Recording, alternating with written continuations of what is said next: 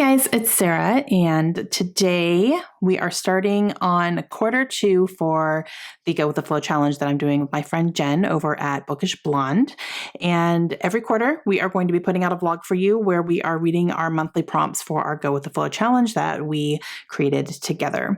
So the first round was posted at the end of March, so I will leave that link down below if you haven't looked at the first round yet, but we're just continuing on, and we're going to start with April and do April, May, and June in this video, and I hope you guys enjoy it, so let's get started. All right, guys, I am ready to pick my book for April. So the prompt for April is to take your March book, open up to page 100, and pick a word from that book that has that word in the title of your next one. So I am looking at The Herd, which is what I read for March. I'm going to flip to page 100 and we're going to look and see how many words are on it and which ones stand out that I can grab a book with that word in the title for my next one. So let's see. All right, page 100. Okay, as you can see, it's a full page. And let's just start looking to see. Yo. Okay, that's it. I have a book with that word in the title that I have been itching to read, so I'm going to go grab it. And that book is The Favorites by Lane Fargo. I am so excited to read this. I have the audiobook for it. I've heard amazing, amazing, amazing things about it. And I'm going to take this opportunity to read this for the month of April. Oh, I'm so excited. Jen just read this too, and she loved it too. Hey guys. All right. I am about to get in bed, but I wanted to let you know I am halfway through The Favorites, and this book is bringing me out of my reading slump. I started this yesterday. Last night, actually. I started it last night, not even during the day. So I've read half the book between last night and today, and I'm going to keep going, so I'm going to end up reading more. But I am enjoying this so much. A little bit of background. I used to love watching ice skating. I mean, that was my Olympic sport that I would watch. I followed the skaters. I watched people like Christy Yamaguchi and Scott Hamilton, and Ekaterina Gordieva and her husband, Sergey, and like Nancy Kerrigan. Like, I remember with the Nancy Kerrigan and Tanya Harding thing happened, I watched all of that happening in real time, and I loved ice skating so much. I loved to watch it. I went to Stars on Ice and just, yeah. So I was like big into watching ice skating. So this is like, seems very nostalgic for me because I'm watching them, you know, do all these routines and all these things. And I was like, I used to watch people like warm up and do all these things and stuff. So it's giving me those memories, definitely. I even went back and like watched some of my favorite routines that I used to watch when I was younger and watching them. So that was kind of fun. So yeah, very, very, very much enjoying this drama. Love, love, love. I am listening to the audiobook and reading at the same time. So I'm doing both. And the audio is fantastic. Fantastic. It is a full cast. There is one main narrator for our main character, but there is also a documentary side to it that has the full cast. So there's other people narrating those bits, and one of them is narrated by Johnny Weir, who is an ice skater, and he is fantastic. Oh my gosh. Like, yes, please. Just perfection. So yeah, I'm enjoying this very much. Now, like I said, I picked this up yesterday, and before I picked this up, I hadn't picked up a book in 10 days because I was in a slump. Had no desire to read, didn't know what I wanted to read, even if I did. And then I ended up joining Lindsay on some reading sprints, and I picked this up, and it's perfect. So I have a feeling this will be a favorite of the year. For like, I kind of only halfway through, I have no doubt that this is going to be in my top books of this year. But it is definitely getting me out of a reading slump, I'll tell you that, because I'm already thinking about what I want to read next. So love, love, love that. Okay, I am getting in bed right now because I'm going to read some more, because if I'm not reading this, I want to be reading it. So I'm going to do that until I fall asleep. But I will let you know my final thoughts when I'm done. But so far, this book is just perfection. It really, truly is. Hey guys, it is the next day, and I just finished this. I loved this so much. I'm so happy that I picked this up now because I really needed it. I really, really needed this. This 100% got me out of my slump. I'm excited to pick up another book now and just, okay. The characters were fantastic. The drama was fantastic and realistic. And I loved the back and forth between the storytelling and the documentary style of storytelling. It was a good amount of both. And the full cast was fantastic. I think I've already talked about that. And I loved it. I loved it so much. I enjoyed being with these people and learning about all these things and just opening up my eyes a little bit to the world of ice dancing and, just having those memories of watching things growing up like this. And I loved it so much. I loved it so much. So 5 stars for this. Easy peasy. Absolutely loved it. Okay, so this was my April book for Go With The Flow. So when I'm ready to choose May, I will be back. I'm not quite ready yet, but like maybe in a couple days, I'm going to choose a book for May, and I'll let you know what that is. But I cannot recommend this one enough.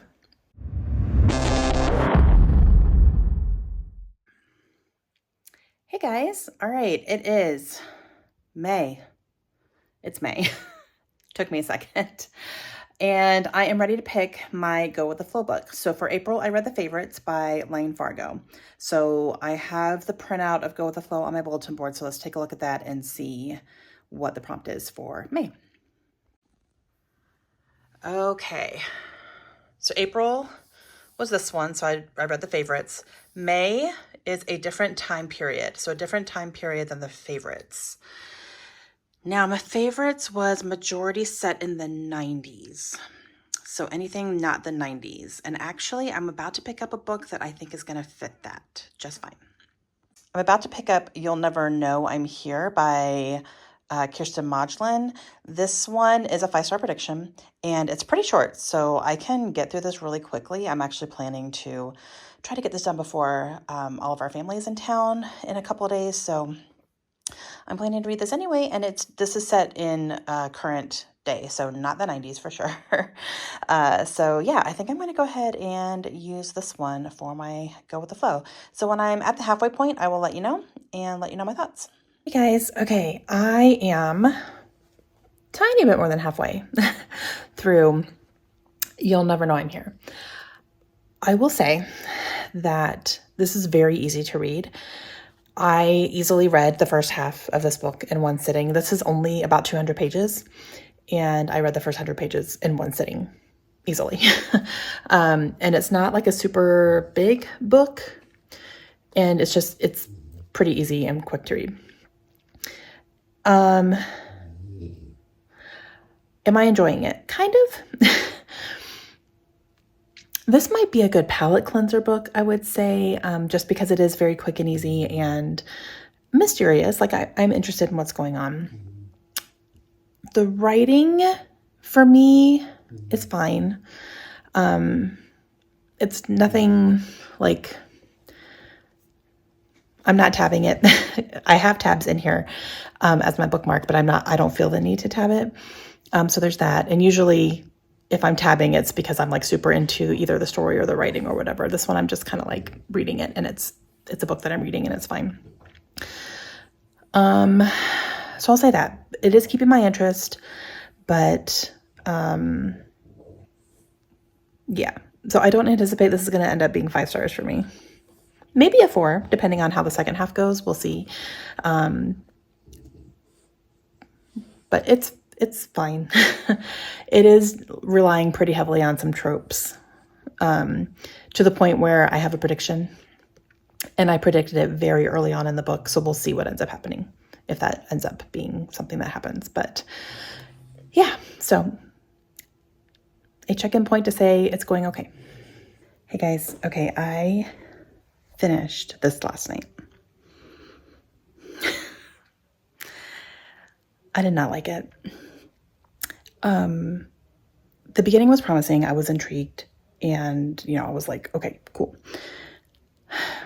But the second half of this book just went in a direction I wasn't anticipating, and I didn't like it. There were some plot holes for sure. Some things I was like, but wait a minute. But what about this? But wait a minute. This never kind of got tied up, and this never happened. And I did not like the outcome, even a little bit. I did not like the outcome at all. So this was a miss. This is a 2-star for a 5-star prediction. Yeah, nope, not happening. So unfortunately, this missed the mark for me. I was reading the ending last night and I just went, really? That's what it is? Okay, got it. No, it didn't work for me. Okay, so unfortunately this was a miss, but that's okay. In the next couple days here, I'm probably going to pick up my next book, and I will let you know what that is when I figure that out. Hey guys, okay, it's time to pick June's book. So for May, I read You'll Never Know I'm Here by Kirsten Modglin. So we're going to look at June's prompt because I don't remember what it is. And then we're going to pick a book from there. Okay, so June's prompt is number of pages within 25. Okay, that's good because this book is short. So I'll definitely be picking a shorter one, but let's double check how many pages it is. Okay, let's see.